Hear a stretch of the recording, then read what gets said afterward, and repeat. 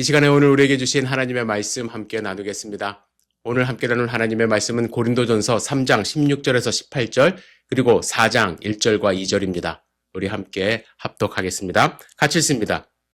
너희는 너희가 하나님의 성전인 것과 하나님의 성령이 너희 안에 계시는 것을 알지 못하느냐?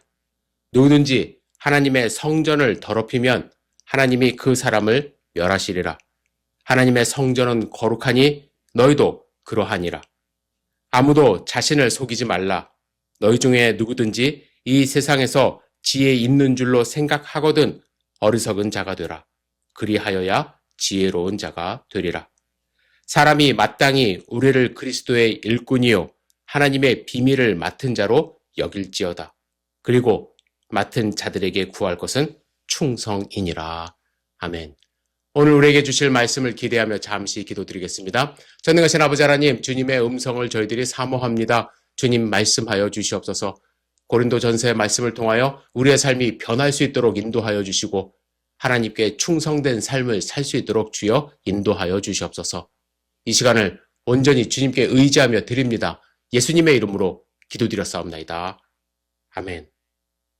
고린도 전후서를 우리가 읽어보면 고린도 교회는 열정이 참 많은 교회였음을 우리는 발견할 수 있습니다. 그런데 그에 비해서 문제 또한 많았습니다. 가장 두드러진 문제는 이 쾌락을 즐기는 사람과 또 세상 지식을 추구하는 사람들이 많았다는 것입니다. 고린도는 여러분들이 아시는 것처럼 두 개의 항구를 가진 도시로서 무역과 상업이 발달한 도시였습니다. 그래서 우상 숭배가 많았고 또 성적으로 많이 타락한 도시였습니다. 그런데 고린도 교회 성도들 가운데는 과거에 그러한 모습을 버리지 못하고 이러한 세상적인 풍조를 따라가는 사람들이 많았습니다. 그래서 오늘 본문 3장의 내용을 보시면 바울은 고린도 교회 교인들에게 훈계하는 내용이 나오는데 두 가지만 간단하게 살펴보도록 하겠습니다. 첫째, 바울은 하나님의 성전인 몸을 더럽히지 말라고 훈계합니다. 3장 17절 보시면 누구든지 하나님의 성전을 더럽히면 하나님이 그 사람을 멸하시리라 라고 말씀을 했습니다. 여러분, 헬라어에는요, 성전을 표현하는 두 가지 단어가 있습니다. 첫째는 히에론이라는 단어예요. 이 단어는 성전의 외형을 가리킬 때 주로 사용됩니다. 예수님이 시험 당할 때 사탄이 성전의 꼭대기에 세웠다고 할 때 사용되었고 성전 안에서 물건을 매매하던 사람을 내쫓으셨을 때 사용하던 그 단어입니다. 둘째는 나우스라는 단어가 사용이 되는데요. 예수님이 외식하는 자들에게 화를 말씀하실 때 바리새인들이 누구든지 성전으로 맹세하면 아무 일 없거니와 성전의 금으로 맹세하면 지킬지라는 말을 하는데 이곳에서 사용된 단어가 바로 이 나우스라는 단어입니다. 예수님을 고소하던 거짓 증인이 이 사람의 말이 내가 하나님의 성전을 헐고 사흘에 지을 수 있다 하더이다 이런 말을 했거든요. 그리고 후대에 성전된 예수님의 몸을 가리키라 했을 때 사용된 단어가 바로 이 나우스입니다. 신약 성경에 나오는 이 두 단어를 비교해 보면 히에론이 사용될 때는 나우스에 딸린 주변 부속 건물들 모두를 지칭하는 데 반해서 나우스는 하나님의 이름을 두신 곳이며 또한 언약궤가 있는 하나님의 임재를 상징하는 곳을 사용하는 말로 구별되어 사용이 됩니다. 그런데 오늘 본문에 나오는 단어는 바로 이 나우스입니다. 바울이 우리의 몸을 나우스라고 한 이유는 무엇일까요? 여러분, 우리의 몸이 하나님의 거룩한 영이 임재하는 곳이기 때문에 그렇습니다.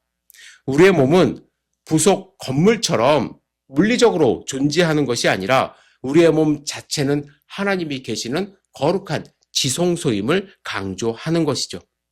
구약의 지성소는 대제사장만 들어갈 수 있는 곳입니다. 그러나 대제사장이신 예수 그리스도께서 십자가에 돌아가실 때에 지성소를 가로막던 휘장이 위로부터 찢어짐으로써 우리가 예수 그리스도를 믿는 우리가 하나님께 나아갈 수 있는 담대함을 얻었고 우리에게 성령이 임하심으로 우리가 성전이 되어 하나님을 만날 수 있게 된 것입니다. 만약 우리가 이 사실을 분명히 인식한다면 우리의 몸이 거룩해져야 한다는 것을 알 수 있습니다. 그래서 어떤 분은 그러면 우리가 좋은 것을 먹고 건강하게 살아야 하는 것이죠? 우리가 병에 걸리면 하나님의 거룩함을 훼손하는 것 아닙니까? 라고 질문도 하고 말씀도 합니다. 여러분, 물론 육신의 건강을 위하는 것도 중요합니다. 그러나 히에론이 아니라 나우스가 나오는 이유는 우리의 깨끗함이 중요한 부속 건물이 아니라 먼저 영적으로 하나님과 함께함으로 영적인 건강함을 유지하는 것, 거룩함을 유지하는 것이 중요하기 때문입니다. 여러분, 나우스가 거룩해지는 것은 하나님과 함께 할 때만 가능합니다. 하나님이 거룩하시기 때문에 우리도 거룩하게 되는 것이죠. 여러분, 거룩하십니까? 우리의 성전을 깨끗하게 유지하며 하나님과 교제하며 하나님이 임하는 곳에서 우리는 하루하루 살아가고 있는지 스스로 돌아봐야 할 것입니다. 둘째로 사도 바울이 권면하는 것은 스스로 자신을 속이지 말라 합니다. 18절에서 바울은 이렇게 이야기를 하죠. 아무도 자신을 속이지 말라. 너희 중에 누구든지 이 세상에서 지혜 있는 줄로 생각하거든 어리석은 자가 되라. 그리하여야 지혜로운 자가 되리라. 여러분, 바울은 왜 자신을 속이지 말라고 했을까요? 그리스 사람들은 우리가 아는 것처럼 이 철학을 사랑했습니다. 자신들의 지혜로 세상의 이치를 발견하려 노력했고 변증법을 통하여 자신의 지식을 뽐내는 것을 아주 좋아했습니다. 바울이 아테네에 도착했을 때 날마다 에피쿠로스 학파와 스토아 학파 사람들과 변론했다고 기록이 되어 있습니다. 바울은 철학적이고 종교성이 강한 아테네에는 교회를 개척하지 않았어요. 여기에는 여러 가지 다른 이유도 있겠지만 이들에게 복음은 미련한 것으로 보였기 때문에 회심한 사람이 없었던 것 같습니다. 그래서 고린도에 내려가 교회를 개척했습니다. 철학을 너무 좋아하다 보니까 예수 그리스도를 받아들이질 않았던 것입니다. 하지만 고린도 교회도요, 이런 철학적인 사람들로 인하여 교회 안에 분쟁이 생긴 것이에요. 나는 이런 이유로 누구 편이고 나는 저런 이유로 누구 편이라고 말하면서 자신의 지혜를 내세우며 상대방을 인정하지 않는 모습이 교회 안에 있었던 것입니다. 그런데 여러분, 우리가 알아야 될 것은 무엇이냐면 우리는 지혜가 쌓이고 지식이 많아지고 하면은 우리가 느끼는 것이 있다라는 거예요. 그것은 무엇입니까? 우리의 부족함입니다. 여러분, 세상에서 가장 무서운 사람이 책 한 권 읽은 사람이라는 말이 있습니다. 그 사람은 자기가 읽은 그 책이 전부라고 생각하며 말하기 때문에 대화가 안 돼서 그런 말이 나오는 거예요. 하지만 여러분, 지혜를 알면 알수록 이치를 알려고 노력하면 할수록 우리는 모르는 것이 더 많다는 것을 깨닫기 시작합니다. 우주만 해도 그렇습니다. 우주. 학자들은요, 한결같이 말합니다. 우주의 무한함에 대하여는 우리가 경이로울 뿐이다. 진화론도 마찬가지예요. 진화론 여러분들 공부하면 할수록 결국에는 어떤 생각이 드냐면 우리의 처음 시작은 누구인가? 라는 질문에 막힐 수밖에 없다라는 것입니다. 우연히 일어날 수 있는 일이 아님을 알면서도 창조는 그냥 믿음이고 진화는 논리적 추론과 과학적 지식이라는 말로 그냥 막무가내로 추정을 합니다. 여러분, 분명한 것은 철학과 과학은 결코 모든 것을 알 수 없습니다. 우리의 지혜는 결국 우리의 무지함을 드러낼 뿐입니다. 이런 의미에서 바울은 스스로 지혜 있다고 속이지 말라는 거예요. 지혜가 있다는 것 자체가 무지한 것이거든요. 무지함을 나는 발견하게 되는 거예요. 그런데 나는 지혜가 있다라고 하면서 다른 사람들을 무시하지 말라는 것입니다. 오히려 내가 무지함을 인정할 때 그 안에서 하나님의 뜻을 발견하고 그래서 하나님이 이 세상을 창조하시고 그 안에서 하나님의 뜻을 알아갈 수 있기 때문에 내 지혜로 내 자신을 속이지 말라고 이야기를 합니다. 바울은 이렇게 3장에서 고린도 교회 성도들이 하지 말아야 할 두 가지를 강조한 다음에 4장을 시작하면서 우리가 최선을 다해야 하는 삶을 말을 하는데 그 전에 바울은 우리가 어떤 사람인지 바울과 사도들이 어떤 사람인지에 대한 정체성 두 가지를 분명히 가름합니다. 첫째, 우리는 그리스도의 일꾼임을 강조합니다. 여기서 일꾼이라는 단어가 아주 독특합니다.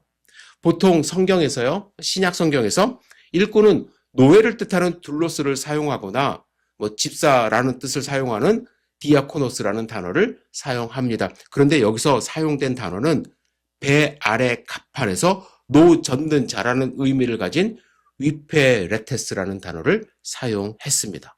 위페레테스, 노 젓는 자. 우리는 노 젓는 자예요.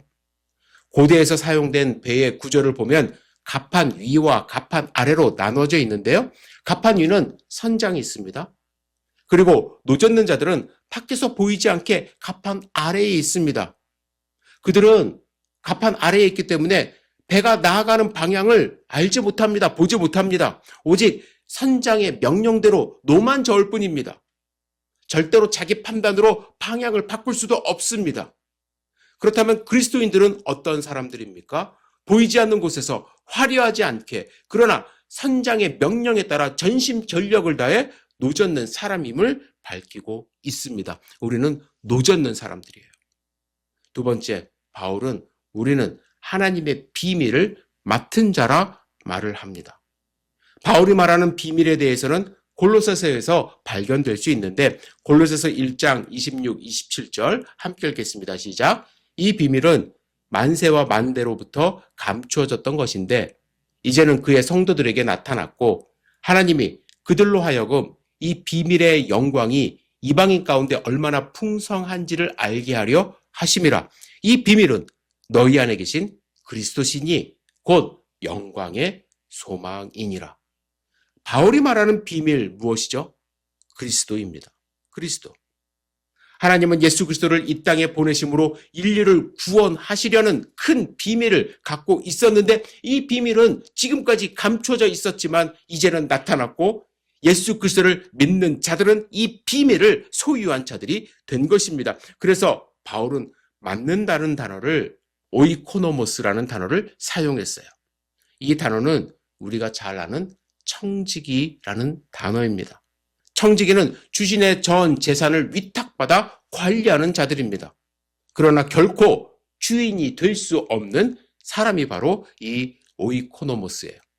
바울은 배 젓는 자와 이 청지기라는 단어를 함께 사용했어요. 그래서 그리스도인은 낮은 자, 이지만 동시에 그리스도라는 비밀을 맡은 엄중한 책임을 가진 자임을 선언하고 있습니다. 그런데 우리가 여기서 중요하게 생각해야 할 것이 있어요. 이런 정체성은요, 우리가 떠들면서 알리는 것이 아니라는 거예요. 우리가 떠들면서 이름표에 막 붙이면서 깃발을 들면서 알리는 것이 아니라 세상 사람들이 당연하게 여길 수 있도록 해야 한다는 것입니다. 4장 1절입니다. 사람이 마땅히 우리를 그리스도의 일꾼이요 하나님의 비밀을 맡은 자로 어떻게 한다고요? 여길지어다. 사람들이 여길지어다. 여길 수 있도록 해야 한다는 것입니다. 좀 전에도 말씀드렸듯이 이 두 가지 정체성, 내가 말하면서 다니는 것이 아닙니다. 나는 일꾼입니다. 나는 비밀을 맡았습니다. 가 아니라 사람들이 우리를 볼 때 그렇게 여길 수 있어야 한다는 것입니다. 여러분, 우리의 삶으로 나타나야 합니다. 그래서 사람들이 자연스럽게 저 사람은 그리스도의 일꾼 맞네. 저 사람은 하나님의 비밀을 맡은 청지기구나. 알아차릴 수 있어야 한다는 것이죠. 여러분, 사람들이 여러분들을 보면서 그거 알아차릴 수 있습니까? 혹시 여러분들 교회 다니는 것, 하나님을 믿는 것조차 주변 사람들이 알지 못한다고 한다면 너무나도 여러분들 언더커버의 역할을 하시는 거면 좋은데 혹시 여러분들의 삶이 세상 사람들과 전혀 구별되지 않았음에 대하여 스스로 반성할 수 있어야 합니다. 그러면 우리는 어떠한 삶을 살아야 이 두 가지 정체성을 가진 삶을 살 수 있을까? 2절을 우리 함께 읽겠습니다. 그리고 맡은 자들에게 구할 것은 뭐라고요? 충성이니라.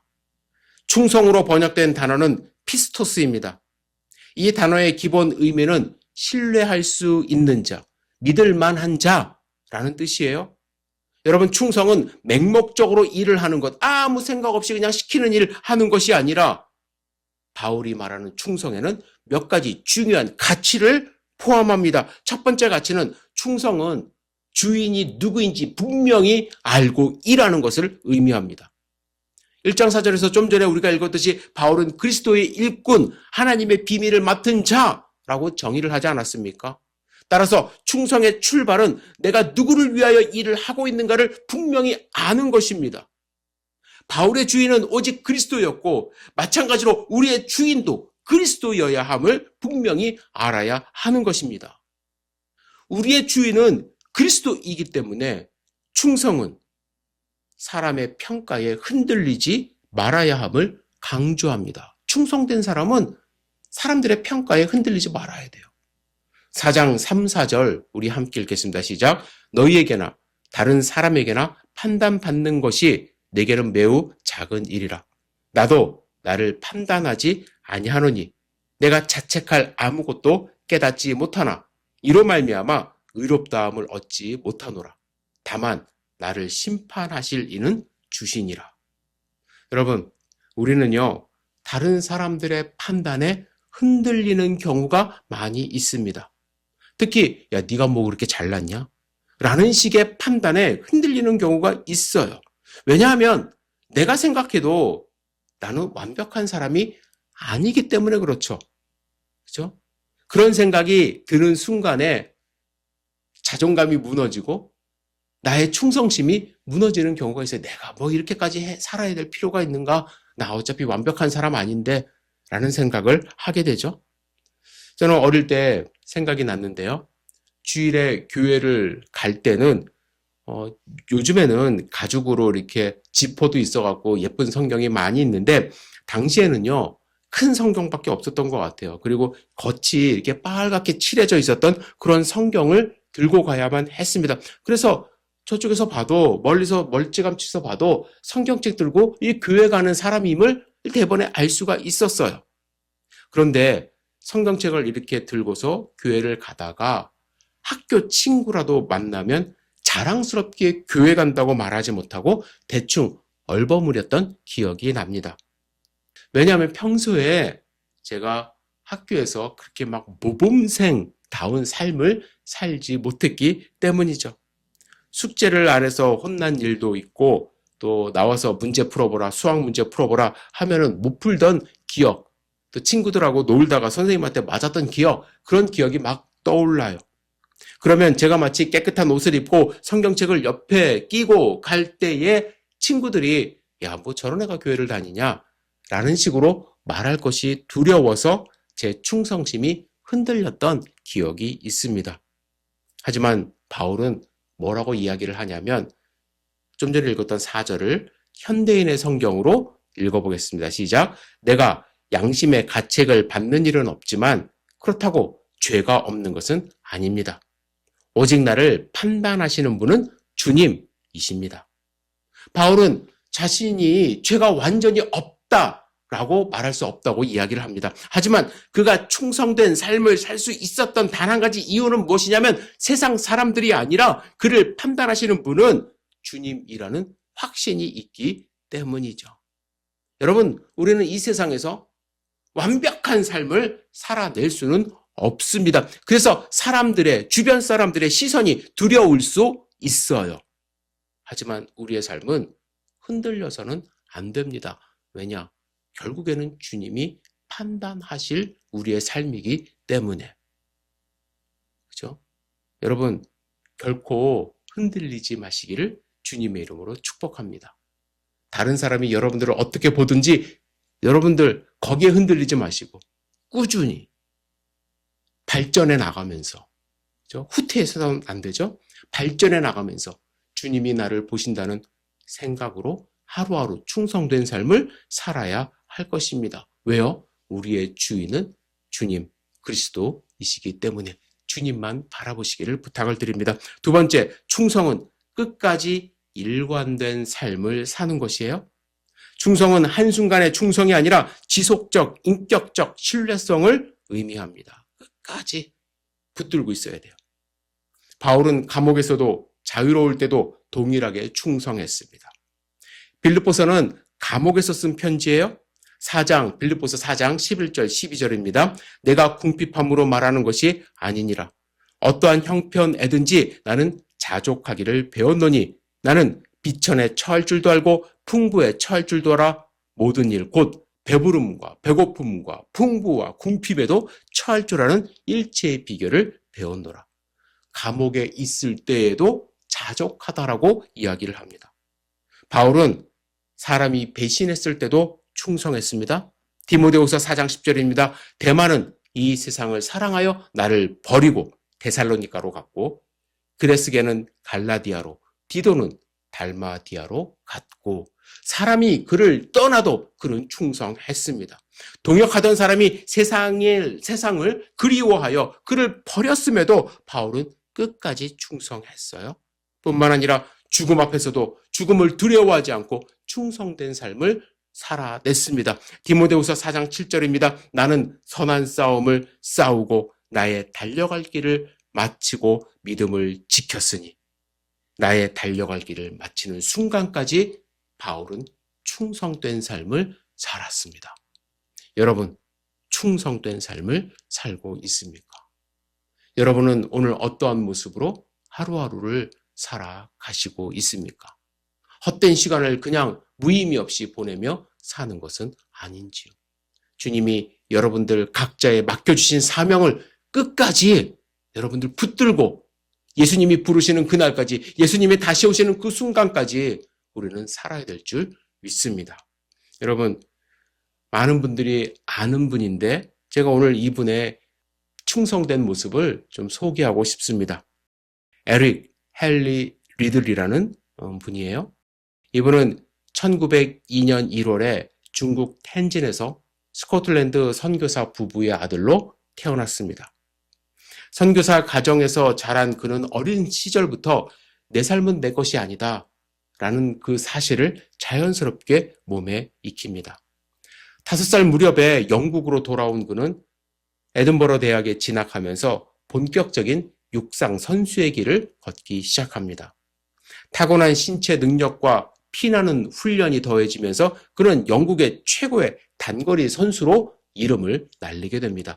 특별히 100m에서는 누구도 넘볼 수 없는 실력을 갖추게 되었고 그래서 1924년 파리 올림픽을 앞두고 그는 금메달이 가장 유력한 후보로 손꼽히게 되었습니다. 그런데 올림픽을 몇 달 앞둔 에릭은 충격적인 사실을 알게 됩니다. 자신의 주 종목인 100m 결선이 주일에 열린다는 거예요. 독실한 신앙인이었던 그에게 주일은 온전히 하나님께 모든 것을 드리는 날이었습니다. 그는 고민에 빠졌어요. 수개월 동안 준비해온 경기였습니다. 온 영국 사람들이 그를 바라보고 있었습니다.